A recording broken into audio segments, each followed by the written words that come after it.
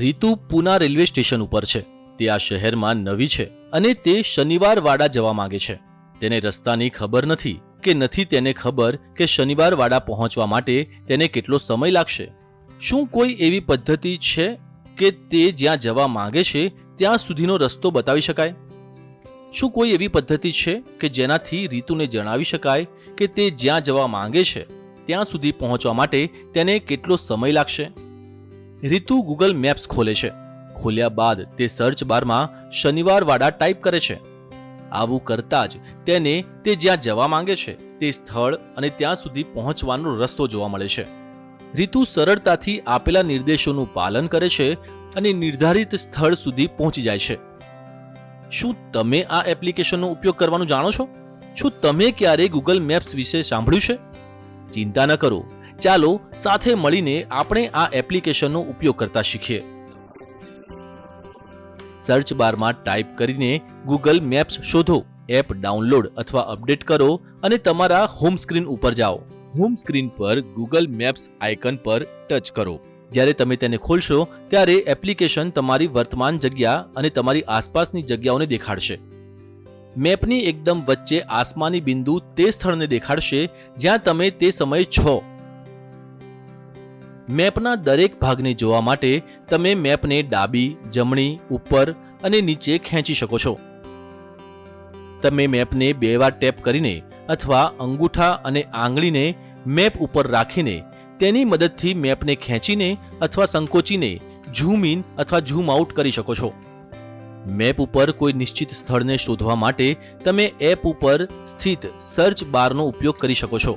Search બારમાં તમે સરનામું, શહેર, ગલી, દેશ અથવા સ્થાનિક લેન્ડમાર્ક જેમ કે આગ્રામાં તાજમહેલ ટાઈપ કરી શકો છો। જેવું તમે ટાઈપ કરવાનું શરૂ કરશો કે તરત જ ગૂગલ મેપ તમારા દ્વારા ટાઈપ કરવામાં આવેલ ટેક્સ્ટના આધારે તેની જાતે જ એવા સ્થળોનું સૂચન આપવા લાગશે જેને તમે એન્ટર કરવા ઈચ્છો છો। જો સૂચવેલ યાદીમાં તમને તે સ્થળનું નામ દેખાય છે જેને તમે ટાઈપ કરવાનું ઈચ્છતા હતા તો તમે તે નામ ઉપર ટેપ કરીને તેને પસંદ કરી શકો છો। જો સૂચવેલ યાદીમાં તે સ્થળનું નામ નથી તો તમે ટાઈપ કરવાનું ચાલુ રાખો। તમે સ્ટાર્ટ આઇકન પર પણ ટેપ કરી શકો છો જે તમને સૌથી ટૂંકો રસ્તો દેખાડશે। તે ઉપરાંત તમે તમારા નિર્ધારિત સ્થળને વોઇસ સર્ચના માધ્યમથી શોધી શકો છો જે તમારા સર્ચ બારના જમણા ખૂણા ઉપર હોય છે। તે તમારી પાસે માઇક્રોફોનની મંજૂરી માંગશે જે તમારે એનેબલ કરવાનું રહેશે। સર્ચ બાર બટન ઉપર ટેપ કરો અને ઈચ્છિત જગ્યા ઉપર સ્થળનું નામ બોલો। ગૂગલ મેપ તમને તે સ્થળનો નકશો બતાવશે જેને તમે શોધી રહ્યા હતા અને જે સ્થળનું નામ તમે ટાઈપ કર્યું હતું તે સ્થળને દેખાડવા માટે એક લાલ રંગની પિન નકશા ઉપર દેખાશે। સ્ક્રીનના નીચેલા ભાગ ઉપર તે સ્થળનું નામ અથવા સરનામું દેખાશે કે જેને તમે શોધી રહ્યા હતા। તમે તે સ્થળ સુધી જે માધ્યમથી પહોંચવા ઈચ્છો છો જેમ કે બસ દ્વારા, કાર દ્વારા, ચાલતા વગેરે તેના આધારે ત્યાં સુધી પહોંચવામાં જેટલો સમય લાગશે એટલે કે ETA અર્થાત યાત્રાનો અંદાજિત સમય દેખાશે। તમને બીજા ઘણા વિકલ્પ પણ દેખાશે। આ વિકલ્પોમાંથી સૌથી વધારે રસપ્રદ વિકલ્પ છે દિશા નિર્દેશ એટલે કે ડાયરેક્શનનો વિકલ્પ।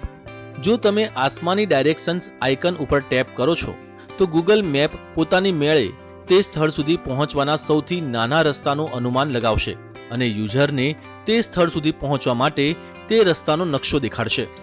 જો તમે એપની ચારે બાજુ જોતા પોતાનો રસ્તો ભૂલી જાઓ તો ટાર્ગેટ આઇકનને દબાવીને તમે રીસેટ કરી શકો છો એટલે કે તે સ્થળ ઉપર પહોંચી શકો છો જ્યાંથી તમે શરૂઆત કરી હતી।